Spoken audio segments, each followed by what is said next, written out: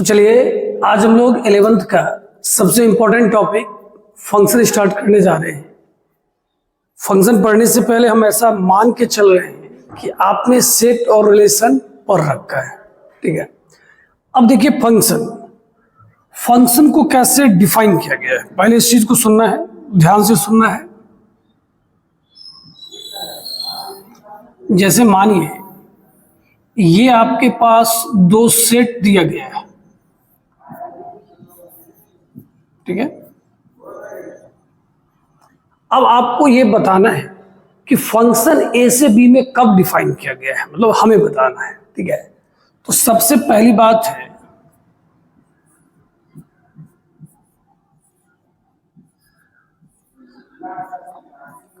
ए का सारा एलिमेंट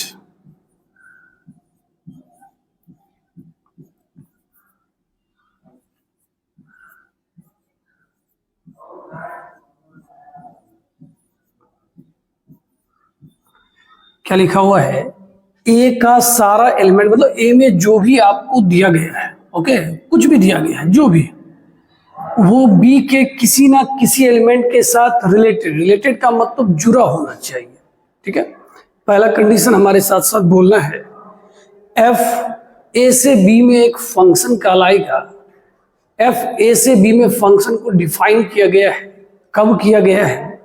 तो पहला बात है ए का सारा एलिमेंट बी से रिलेटेड हो। चूंकि ये ऑनलाइन क्लास है, आप थोड़ा साथ साथ बोलेंगे, क्लास है नहीं, आप अगर बेईमानी करोगे तो याद नहीं होगा, ठीक है। हाँ, ए का सारा एलिमेंट किससे रिलेटेड हो? बी से, ठीक है। और एक बात है,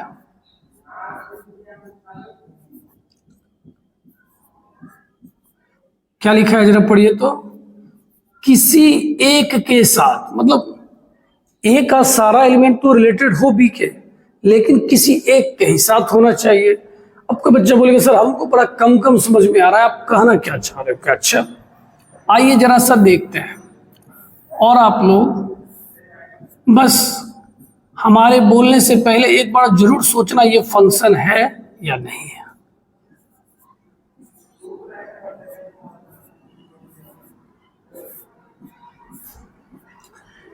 किसी ने आपसे पूछा कि आप हमें बताइए क्या ये फंक्शन है ए से बी में, तो हमारा सबसे पहला काम है ये देखना क्या ए का सारा एलिमेंट बी से रिलेटेड है। सर नहीं है। क्यों नहीं है? सर 4 देखिए किसी के साथ जुड़ा हुआ नहीं है। ये बात समझ में आया? हाँ सर समझ गए। ए का सारा एलिमेंट किससे रिलेटेड हो? बी से। चूंकि 4 किसी से रिलेटेड नहीं है इसलिए यह फंक्शन नहीं है। Okay sir.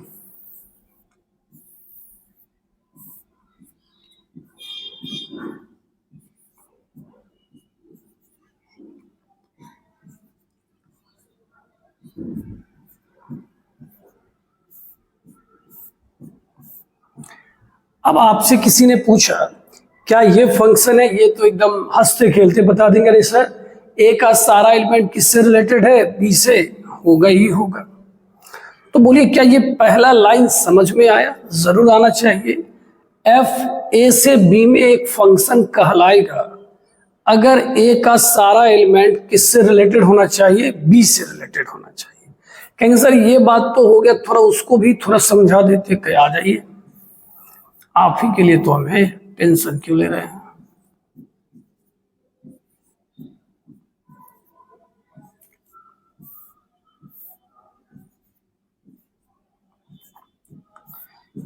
अब किसी ने आपको पूछा क्या ये फंक्शन है? अब देखिए ए का सारा एलिमेंट तो बी से जुड़ा है, लेकिन ये जो 2 है ना किसी एक के साथ नहीं जुड़ा, जाके बी में 2 के साथ जुड़ गया। एक 3 के भी साथ जुड़ गया और 4 के भी साथ।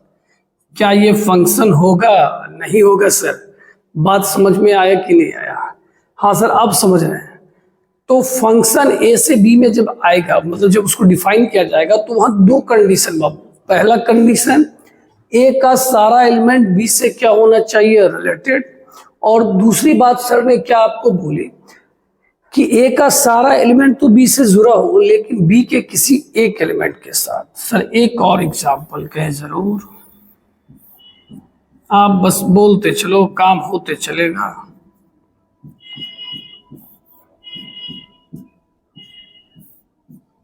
अब जरा देखिए, बच्चे ना धोखा खा जाते, उनको लगता है ये नहीं होगा तो वो कहते हैं ये भी नहीं होगा। जरा सोच, अपने बात पे कायम रहना, कुछ बात अपने मन से नहीं सोचना है। ए का सारा एलिमेंट बी के किसी एक के साथ जुड़ा हो, तो माइनस एक किसके साथ जुड़ा है सर? एक के साथ, तो एक के साथ ना। हाँ सर इधर दो दो का बात ही नहीं हुआ है, बात हुआ है बी के इधर दो से नहीं जुड़ा होना चाहिए। क्या ये फंक्शन होगा सर? तो बताइए, अब फंक्शन के बारे में समझ में आया। एफ ए से बी में फंक्शन कहलाएगा अगर ए का सारा एलिमेंट बी के यूनिक एलिमेंट के साथ जुड़ा होना चाहिए। ठीक है, यूनिक का मतलब किसी एक के साथ जुड़ा होना चाहिए, इसको नोट कर लीजिएगा। अब जरा देखिए, इसी बात को हमने अच्छे से लिख दिया है। फंक्शन को ना मैपिंग भी बोला जाता है। Function defined from set A to set B is a relation. ये ए से बी में एक तरह का रिलेशन ही है, बट इसमें एक कंडीशन है, एक नहीं दो condition. In which every element of set A का सारा element must be related to only one element in set B. मतलब सेट ए का सारा एलिमेंट सेट बी के किसी एक एलिमेंट के साथ जुड़ा होना चाहिए। नीचे में भी यही बात लिखा हुआ है, एफ ए से बी में फलन कहलाएगा यदि ए का प्रत्येक अवयव बी के अद्वितीय अवयव। अद्वितीय का मतलब क्या होता है बाबू? यूनिक। यूनिक का मतलब सिर्फ एक के साथ जुड़ा होना चाहिए। और हम लोगों ने थोड़ा ये व्हाट्सएप भाषा का इस्तेमाल किया है कि ये फंक्शन ए से बी में डिफाइन होगा, ए के सारे एलिमेंट बी से रिलेटेड होने चाहिए और किसी एक के साथ। उम्मीद करते हैं आप ये फंक्शन का डेफिनेशन बहुत अच्छे से समझ गए होंगे। हम थोड़ा साइड हो जाते हैं। तो आपने क्या क्या देखा? फंक्शन का ये डेफिनेशन इंग्लिश में है और ये हिंदी में है। देखिए, हम हमेशा बोलते हैं, हम लोग सारे बच्चे दोहरी लाइफ जीते हैं। दोहरी लाइफ की मतलब है, जब हम लोग घर में बैठे रहते हैं तो अपने स्टाइल में बैठे रहते हैं, बोलने का तरीका, बैठने का तरीका एकदम कूल, अपने अंदाज में, कंफर्ट। लेकिन जब हमारे घर में कोई गेस्ट आ जाता है तो हम लोग थोड़ा अच्छे से बैठते हैं, भाई बहन भी थोड़ा अच्छे से हिंदी में बात करते हैं ना। तो हर आदमी दोहरी लाइफ जीता है। क्योंकि सर इससे आप समझाना क्या चाह रहे हैं? हम आपको ये समझाना चाह रहे हैं, ये जमाने के लिए है। जब कोई बाहरी आदमी है, आप अपने लिए क्या याद रखोगे? ये सारा बात छोड़ के ए का सारा एलिमेंट बी के किसी एक एलिमेंट के साथ जुड़ा होना चाहिए। तो हम जब भी आपको पढ़ाएंगे तो हम आपसे जरूर पूछेंगे अपना लैंग्वेज क्या है। तो अपना लैंग्वेज ये बोलना है कि सर ए का सारा एलिमेंट बी के किसी एक एलिमेंट के साथ जुड़ा होना चाहिए। जा रहा है या जा रहा है? जरूर कमेंट करके बताइएगा। ठीक है, अब हम थोड़ा साइड हो जाते हैं, आप इसको नोट कर लीजिए।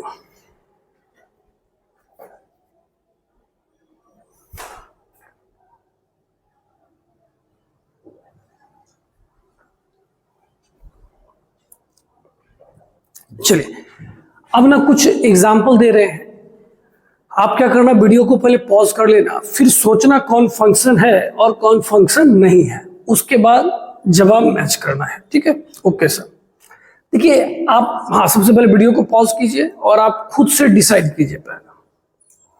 चलिए, अब देखिए, हमने आपसे पूछा कि बताओ क्या ये F1 फंक्शन है? तो कुछ बच्चों ने देखा, बोला सर ये फंक्शन नहीं है। कहा अरे भाई क्यों?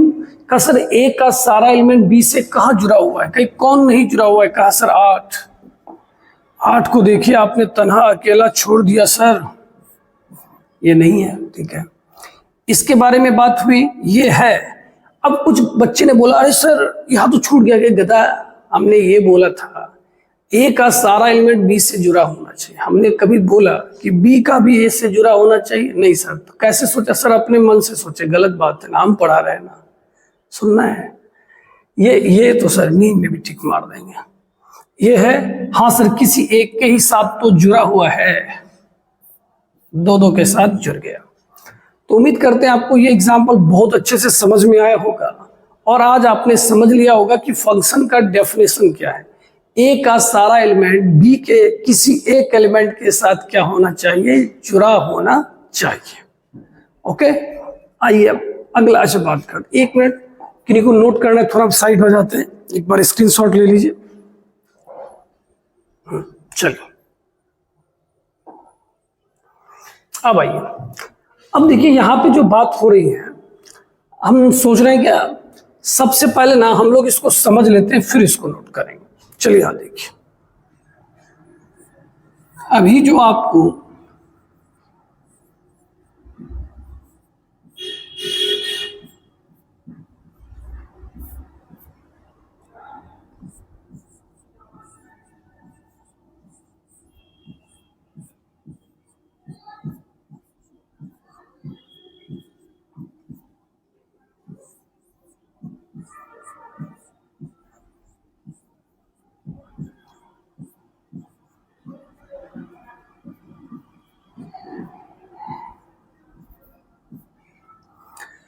अभी बच्चों हम लोगों को ना इस तीनों के बारे में समझना है। डोमेन क्या है, रेंज क्या है और कोडोमेन क्या है। और इन सारी बातों को आप अच्छे से देखिए, क्योंकि ये आपको हर जगह क्वेश्चन में कहीं ना कहीं जिक्र होता ही होता है। ठीक है सर, हम तैयार हैं, आप आओ तो सही। चलिए,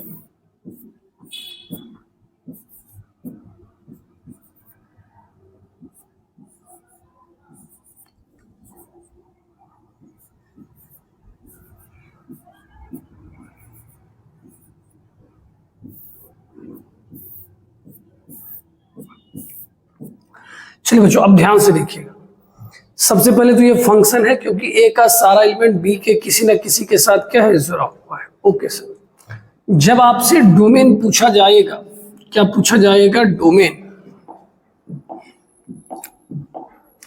तो देखिए डोमेन में क्या है ना, जो आपका इस साइड का एलिमेंट दिख रहा है ए से बी, ए वाले एलिमेंट को डोमेन कहा जाता है। तो बोलिए क्या क्या हो जाएगा, 1 2 3 4, समझना है। तो अगर कोई फंक्शन बोल रहा है हम ए से बी में हैं, तो ए वाला हमारा डोमेन कहलाएगा। ठीक है सर। अब देखिए इधर जिस जिस के साथ जुड़ा हुआ है ना, वो रेंज कहलाएगा। तो रेंज क्या हो गया, हाँ सर समझ गए। डोमेन आपका हो गया 1 2 3 4, रेंज आपका हो गया 6 7 8 9। ठीक है।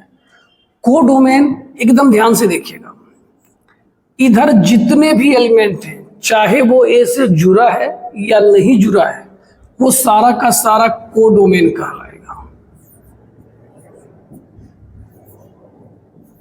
अरे वाह, अब बताइए समझ में आया। हाँ सर, मतलब इधर वाला डोमेन, उधर वाला कोडोमेन। रेंज नहीं बोलेगा, रेंज अगर बोला तो फिर गलत बात।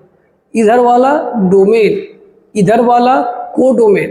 अब बी में वैसे एलिमेंट जो किससे जुड़े होंगे, ए से, उसको क्या कहिएगा, रेंज। समझे। हाँ सर समझ गया। इधर वाला डोमेन कहलाएगा, उधर वाला कोडोमेन कहेगा। इसमें वैसे एलिमेंट जो किससे जुड़े होंगे, ए से, उसको क्या कहेंगे, रेंज कहेंगे। कोई कहेगा सर मान लीजिए अगर 5 यहां नहीं होता, क्या नहीं होता, 5, तब यहां पर रेंज क्या होता, कह रेंज 6 7 8 9। सर कोडोमेन क्या होता, 6 7 8 9। सर दोनों बराबर भी हो सकता है। अरे भैया तू आदमी है, हाँ तू लड़का है, हाँ सर हो सकता है, हो सकता है, जवाब मिला। हाँ क्यों नहीं हो सकता है। ठीक है। तो डोमेन, रेंज और कोडोमेन समझ में आया कि नहीं आया। हाँ सर, इधर वाले को डोमेन, उधर वाले को कोडोमेन। बार बार कह रहे हैं, बार बार, इधर वाले को डोमेन, उधर वाले को कोडोमेन।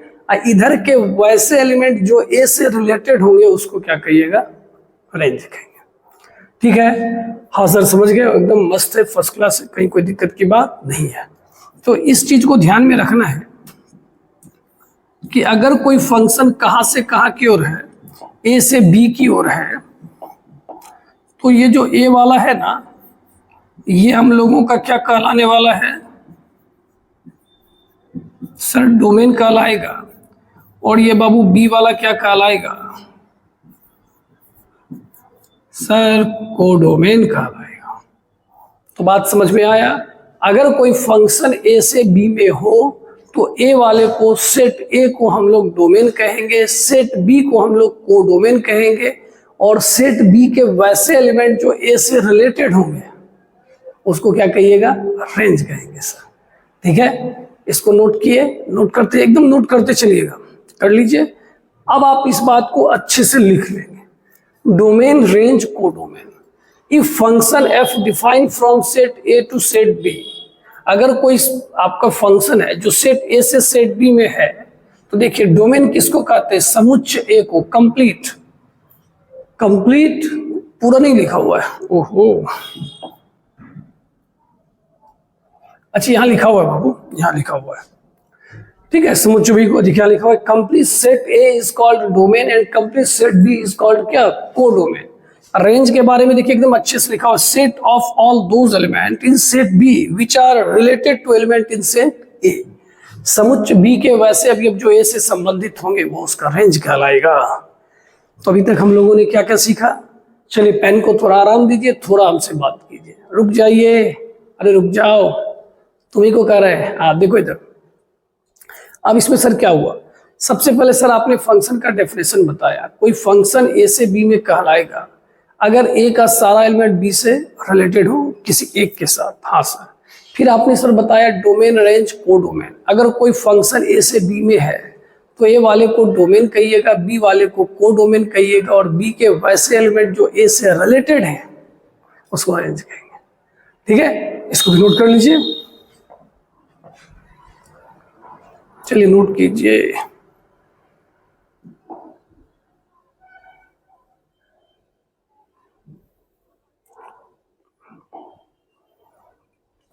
अब आइए हम लोग इसको देखते हैं, ये क्या है सर, आपके लिए एक एग्जाम्पल लेके आए हैं और आपको जवाब देना है, ठीक है सर।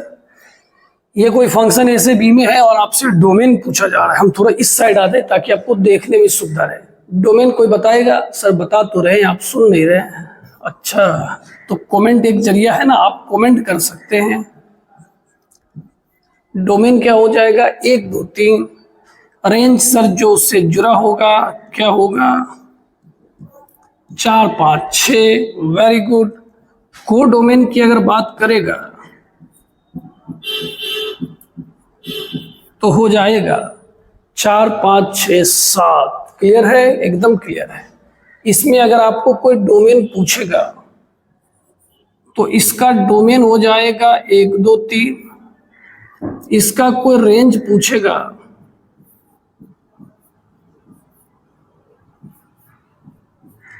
कोई कहेगा सर क्या सर ये दोनों बराबर, अरे भैया पहले बताए बराबर हो सकता है, काहे परेशान हो रहे हैं, मजा आया, हाँ सर मजा आ रहा है। अब बता बेटा, यहां अगर आपसे कोई पूछे डोमेन क्या है,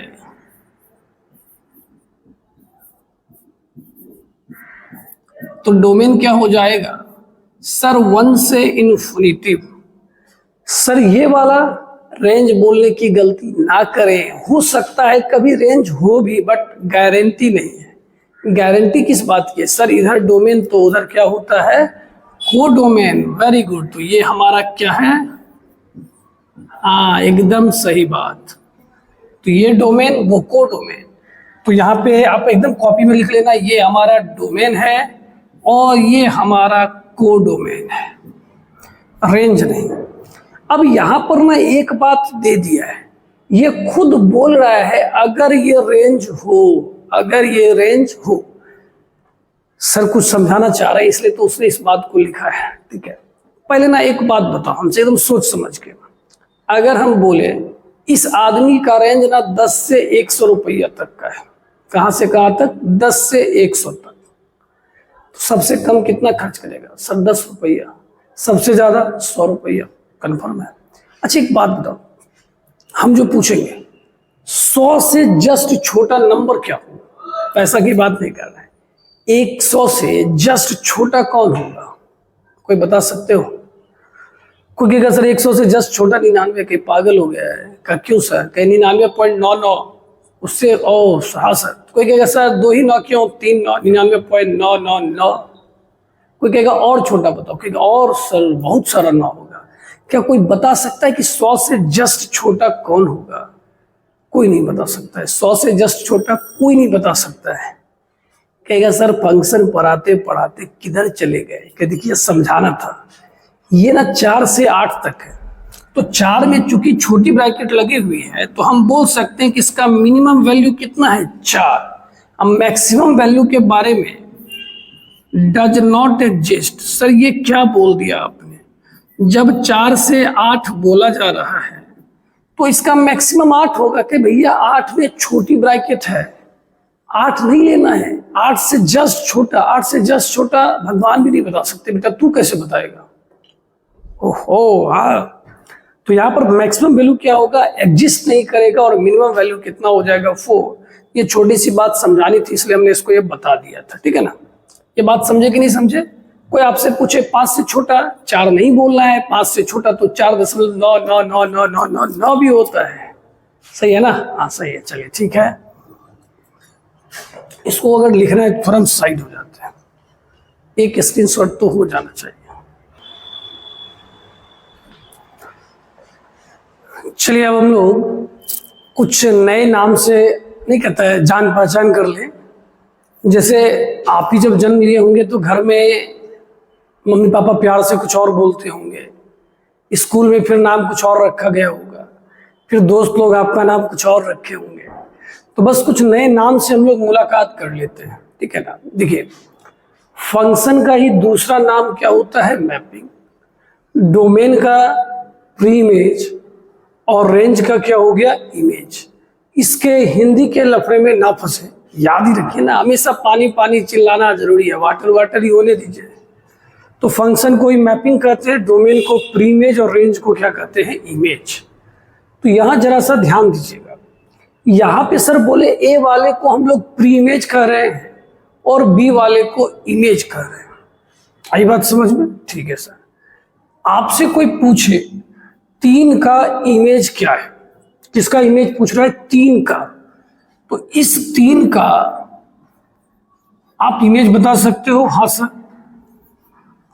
इसका इमेज क्या हो जाना है, 6 हो जाना है। किसी ने आपसे 2 का इमेज पूछा, कहेंगे सर आप रुकिए अब हम जवाब देते, कह दीजिए। तो 2 का इमेज सर 5 होगा, कहे बहुत अच्छा। फंक्शनल इमेज, इस फंक्शन के अनुसार 1 का इमेज क्या है, सर 1 का इमेज 5 है।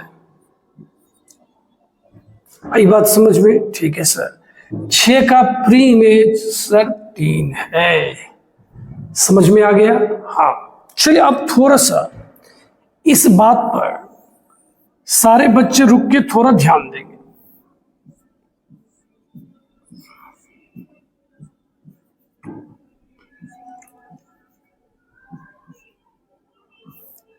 जरा रुकेंगे, इसके ऊपर थोड़ा सा बातचीत करना है। कोई आपसे पूछे क्या ये फंक्शन है, आपका जवाब आएगा नहीं सर। क्यों सर, सर आपने पढ़ाया ए का सारा एलिमेंट जब बी से जुड़ा हो तो बी के किसी एक एलिमेंट के साथ जुड़ा हो। किसके साथ जुड़ा हो, बी के किसी एक एलिमेंट के साथ। यहां पर ये कितने एलिमेंट के साथ जुड़ गया है, 2 एलिमेंट के साथ जुड़ गया है। कितने एलिमेंट के साथ जुड़ गया, 2 के साथ। क्या ये फंक्शन है, नहीं सर। अब एक बात बताओ, इधर वाले को हम लोग x कहते हैं और इधर वाले को क्या कहते हैं, y।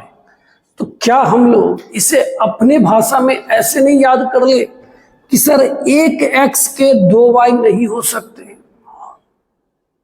याद रखेंगे सर, फिर से बोलिए, क्या बोलिए सर, एक x के, इधर वाले को x कहते हैं और उधर वाले को y। तो क्या आप ऐसा नहीं याद कर लोगे कि एक x के 2 y नहीं हो सकते हैं। अरे बोलो, जोर से बोलो, घर में भी हल्ला होना चाहिए। लग रहा है कि हम पढ़ रहे हैं, आपको लगता है रील्स देख रहे हैं, पढ़ रहे हैं, आवाज आना चाहिए। एक x के 2 y नहीं हो सकते हैं, ठीक है सर। इस बात को सारे आदमी एकदम कसम खा लीजिए, आज से याद रखेंगे सर। क्या याद रखेंगे फंक्शन में, सर फंक्शन में ये याद रखेंगे कि एक x के 2 y नहीं हो सकते हैं, ठीक है, याद रखेगा, रखेंगे सर। चलिए सर आपने उसको लिखने नहीं दिया, थोड़ा साइड हो जाते, ठीक है, लीजिए एक बार हो गए, ले लीजिए स्क्रीनशॉट।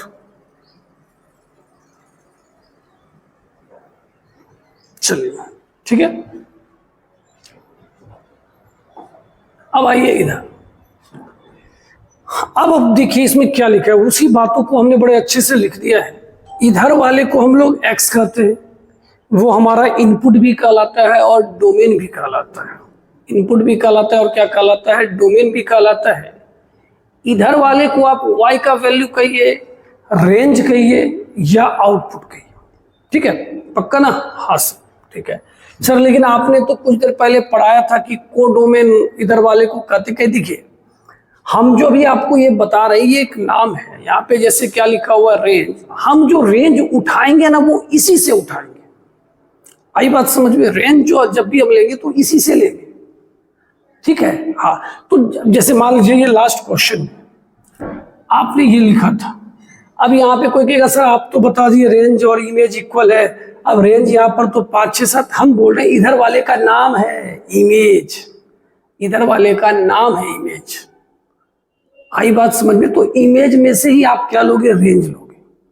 आई बात समझ? जैसे आपसे कोई ये नहीं पूछ सकता है कि 8 प्री इमेज का इमेज क्या, ऐसा नहीं पूछेगा, वो नाम ही गलत हो जाएगा। इसको इमेज बोला जाता है। क्या बोला जाता है? इमेज। तो रेंज का जिक्र करने का मतलब है आप इमेज की तरफ आ जाओ, उधर से डिसाइड कर लो, ठीक है सर। चलिए, तो इधर वाले को क्या क्या कहना है? हाँ, क्या क्या कहना है देखिए, एक्स का वैल्यू इधर ही होगा, इनपुट आपका इधर ही होगा, डोमेन आपका इधर ही होगा, इधर में आपका वाई का वैल्यू आएगा, आउटपुट आएगा, रेंज आएगा, ठीक है। ठीक सर, ये क्या लिखा है कि देखिए आपने जब इस एक्स को लिया, इस पर कोई फंक्शन एफ काम किया और आपको वाई दे दिया। क्या दे दिया? वाई। जल्दी से बोलिए, क्या दे दिया? वाई। तो मतलब एफ नाम का कोई मशीन था, उसके इनपुट में एक्स आया और उसने क्या दे दिया? वाई। तो आपको याद रखना है कि F X is equal to क्या होता है? वाई। एकदम याद रखिएगा। नोट में क्या लिखा है जरा पढ़िए। सर वही बात लिखा हुआ है, एक एक्स के 2 वाई नहीं हो सकते हैं, सर ने आपको बताया एक एक्स के 2 वाई नहीं हो सकते हैं। ओके सर, इधर आइए। अब देखिए रिलेशन में क्या था ना, कोई कंडीशन ही नहीं था, जितना भाई फंक्शन आप उठाओगे सब रिलेशन ही होगा। क्यों? रिलेशन कभी बोलता ही नहीं किसके साथ जुड़ा हो, उसके साथ जुड़ा, ऐसा कुछ बोलता ही नहीं है। मतलब अगर आप यहां पे आ जाओ एक बार फिर से, आप पूछो इसमें से कौन सा रिलेशन है, सर सब रिलेशन है, total A to Z relation है। अच्छा, तो जितने फंक्शन होते हैं वो क्या होते हैं? रिलेशन। अब कोई पूछेगा इस सारे रिलेशन में कौन फंक्शन है, तब तो देखना पड़ेगा। तो आपको ये बात ध्यान में रखना है, जितने भी फंक्शन है वो रिलेशन होते हैं, बट जो रिलेशन होते हैं वो फंक्शन हो भी सकते हैं और नहीं भी। वो तो कंडीशन पे डिपेंड कर रहा है। अगर वो उसके कंडीशन को फॉलो करेगा तो होगा, अदरवाइज नहीं होगा। तो वही बात यहां लिखा हुआ है, प्रत्येक फलन एक संबंध होता है, परंतु संबंध फलन हो भी सकते हैं और नहीं भी। क्लियर है? क्लियर है? यस सर, क्लियर है। तो इस स्लाइड में हमने क्या सीखा? बस ये देखा कि भाई ये इधर x है, इधर y है, एक x के 2 y नहीं हो सकते हैं। जितने भी रिलेशन होते हैं वो फंक्शन होते हैं, बट जो फंक्शन है वो रिलेशन हो भी सकते हैं और नहीं भी। सबसे जरूरी बात यहां लिखा हुआ है, एक x के, क्या लिखा हुआ है? एक x के कितने y नहीं हो सकते हैं? 2 y नहीं हो सकते हैं। अब आइए कुछ क्वेश्चन है, जरा ध्यान देंगे। When equation is given, जब आपको समीकरण दिया रहे और आपसे पूछे भैया बताओ क्या यह फंक्शन है या नहीं, तो अब आप देखिए सोच जो है ना, अगर क्वेश्चन के बारे में रखिएगा तो गलत रखिए। क्या गलत? हम फंक्शन का परिभाषा क्या जानते हैं? सर एक एक्स के 2 वाई नहीं हो सकते। अगर हमने बना दिया एक एक्स के 2 वाई तो बात क्या हो जाएगा? गड़बड़। बस गलत सोचे, गलत। अच्छा, गलत सोचना है सर, उसमें तो हम एक्सपर्ट हैं। आप बोलिए क्या सोचना है। मानिए हमने x का मान 4 ले लिया,